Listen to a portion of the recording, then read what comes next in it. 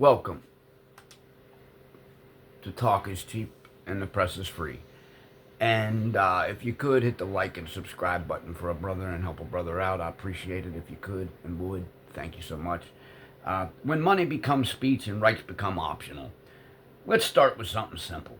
In America, the Constitution is supposed to be the highest law of the land. Not corporate policy, not private terms of service, and definitely not money.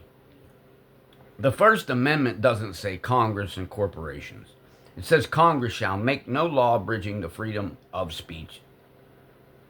That matters because Congress is named precisely because it writes the laws. Corporations can't write laws, never were intended to write laws, and had very little power in the founding of the country. Why were they have little founding in the country? Because concentrated power tied to wealth was one of the biggest fears of the framers. Just saying. The amendment is a shield, not a suggestion. The turning point. In 2010, the Supreme Court decided Citizens United versus the FEC. The court ruled that money is a form of speech for the elite.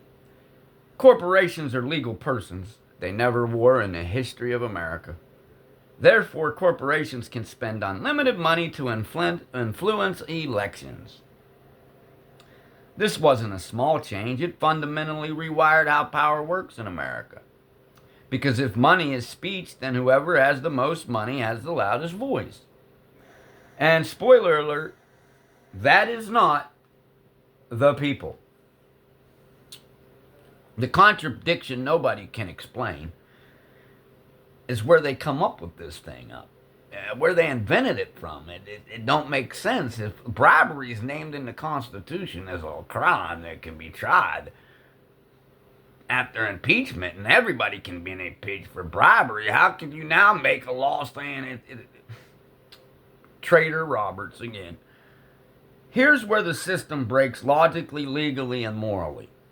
If money is speech, then it must be speech everywhere. Or it is speech nowhere.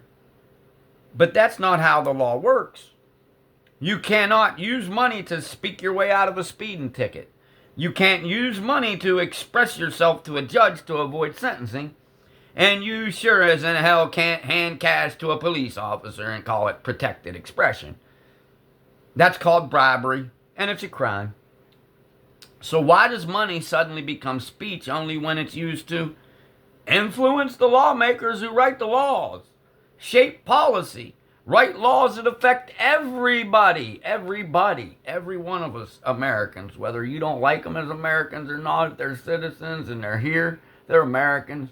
And if someone comes to your house, you're supposed to be what? Welcoming and all that. What happened to us? What the hell happened to us?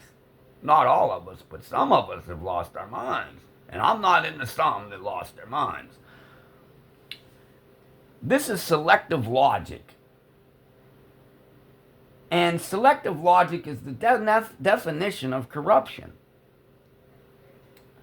What this really legalized, the court claims, this system prevents corruption. But think about what actually happens. The corporations spend millions backing candidates. Those candidates pass laws favorable to donors. Regulators are weakened or dismantled. Public oversight disappears or has disappeared. And accountability has vanished. The court says that's not bribery unless there's an explicit quid pro quo. But bribery does not require a receipt. It requires influence and exchange for benefit. And intent counts because that's conspiracy. If I can't buy my way out of a ticket, but a corporation can buy access, influence, and legislation, then the law is not equal. And in the Constitution, it guarantees an equal for all of us. From rights to privileges. Now, look at speech. The First Amendment guarantees these rights were given to you by God or your maker or whoever you may call him. They are inherent. This thing only guarantees the protection thereof. So, if this is the highest law in the land and we're inherent these laws and these rights, so-called rights, But then they can make up different rules and take these rights away by having a policy and calling themselves private when the same very platforms they give us are free to use. Why are they free to use? Because no one's going to pay for themselves to be censored. So, look at TikTok. Yeah, there you go. Anyway, you can't say this. You can't talk about that. You can't. That's not American. That's North Korean. Oh, you're not a capitalist. You're not. No, I'm pro-American. You know why I'm pro-American? Because the framers wanted us to challenge power all the time. Everybody says, oh, you're not worried. You're not conforming. You're not going. No, we're not supposed to. When the population conforms, power consolidates. Not to say not to conform at all. That's not what I'm saying. I'm saying conformity for comfort and pleasure and money and I got to pay the rent is what's got us here. And allowing corporations to have policies that violate the Constitution, allow a Supreme Court that makes laws that they don't even make sense. And nobody can argue with these guys because they hide. They'll only hear the cases they want to hear because they get paid to hear those cases.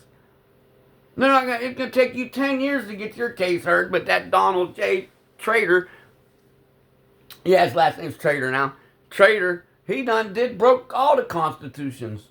Most of the fucking violations of the 1st, 4th, 5th, 6th, 8th, 9th, 10th, 14th. We need the 25th Amendment in. Anyway, the First Amendment guarantees your right to speak, not when convenient, not when profitable, and not unless the corporation disagrees. Yet today, platforms used by the public claim they're private. Speech is restricted by policy of corporations. People are told you agreed to terms of service. But a right you can lose for violating a policy is not a right. It's a privilege. And privileges can be revoked. The illusion of choice. We're told, vote harder, vote this Democrat, vote this. Listen, I'm not saying not to vote Democrat, but I'm telling you, they're taking the money and doing the same fucking thing. That's what I'm saying. So what are you really getting? Oh, we're getting rid of the fascists to get what? Sideline fascists to politer fascism? That's what it truly is. If they're any kind of tyrant trying to take your speech, take your rights, and they'll say they're not, they'd give you health care and wouldn't argue about it because they got money to spend everywhere else and anywhere else they want for the corporate donors. As you see, it always benefits the big business. Small government, big business, because now they got these goofy laws that say business have the right to do this shit. They don't. People, if you don't start exercising your right and worrying about what people think about you in line, like when they say, I need your ID to enter. No, you don't have to have ID to enter public buildings. That's a lie. It's against the Constitution. It's repugnant of the Constitution, freedom of movement. If you give up your freedom for temporary security, you don't deserve either security nor freedom. And I didn't say that, Ben Franklin did. Let's move further. The illusion of choice. We're told vote harder, trust the courts, this is how the system works.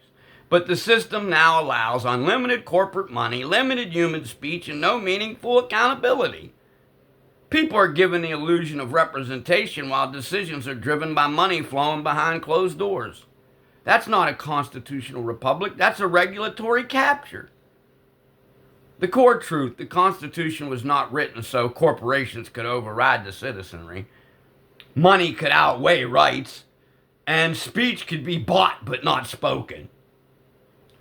The founders feared concentrated power more than anything, especially power tied to wealth. What we now have is not accidental, it's structural, and it only works if people accept the contradiction. We don't have to accept it, people. 80% of the population, right, left, Republican, Democrat, green, this, blue, that, red, that, it doesn't matter. 80%, that's the majority, not the few subjugating the many like they do. The majority says, nah, man, this money shit gotta go. Why they ain't getting rid of it? Do they really represent you? You better ask yourself that.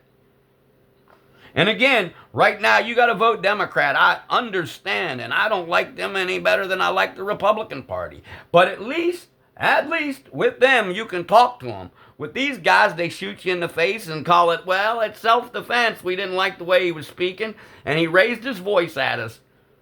Meanwhile, they can yell at you, spray you with tear gas, shoot you with pepper balls and drive-bys, tackle you for your First Amendment protected speech that Congress cannot make a law against, but yet they're not the fascist you are. When anybody in government calls you a terrorist when you're doing your rights, they are the terrorist, not the other way around. Christy Noam. Anyway, let's go on down to the final question in this part of this here. If money is speech, why can only the powerful use it that way? Why can they only use it as speech? Why does it become a crime the moment an ordinary person tries it? Where's the equality in that? And how can a system claim equality under law while enforcing inequality by design?